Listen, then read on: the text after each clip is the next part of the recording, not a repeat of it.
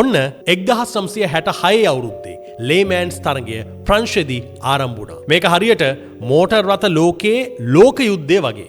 එක පැත්තකින් ආඩම්බරකාර ෆෙරාරි, අනෙක් පැත්තෙන් පලි ගැනීමේ චේතනාවෙන් ආපු ෆෝඩ්. මේ තරගදී කේන් මයිල්ස්ගේ රියදුරු හැකියාවත් ෂෙල්බිගේ ඉංජිනේරු දැනුමත් නිසා ෆෝඩ් GT40 කාර් එක දිගටම පෙරමුණ ගත්තා.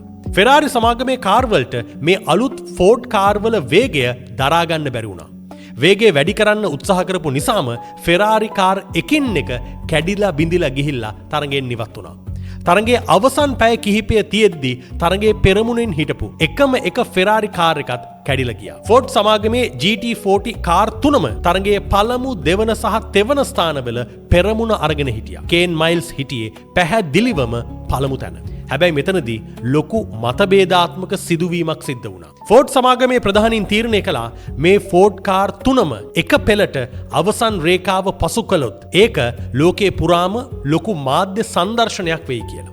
එනිසා ඔවුන් කේන් මයිල්ස්ට නියෝග කළා තමන්ගේ වේගය අඩු කරලා අනිත් ෆෝඩ් කාර් දෙකට ලං වෙන්න ඉඩ දෙන්න කියලා. කේන් මයිල්ස් දැඩි අකමැත්තෙන් වුණත් කණ්ඩායමේ ජයග්‍රහණය වෙනුවෙන් ඒ නියෝගයට කීකරු වුණා. වාහන තුනම එකට ලස්සනට අවසන් රේඛාව පසු කළා. හැබැයි තරඟ නීති රීතිවලට අනුව බෲස් මැක්රලන් පදවපු කාර් එක තරඟ ආරම්භයේදීත් කේන් මයිල්ස්ගේ කාර් එකට වඩා මීටර් කිහිපයක් පිටුපසින් හිටපු නිසා මැක්ලරන්ගේ කාර් එක වැඩි දුරක් ධාවනය කරලා තියෙනවා කියලා තරඟ සංවිධායකයින් තීරණය කළා.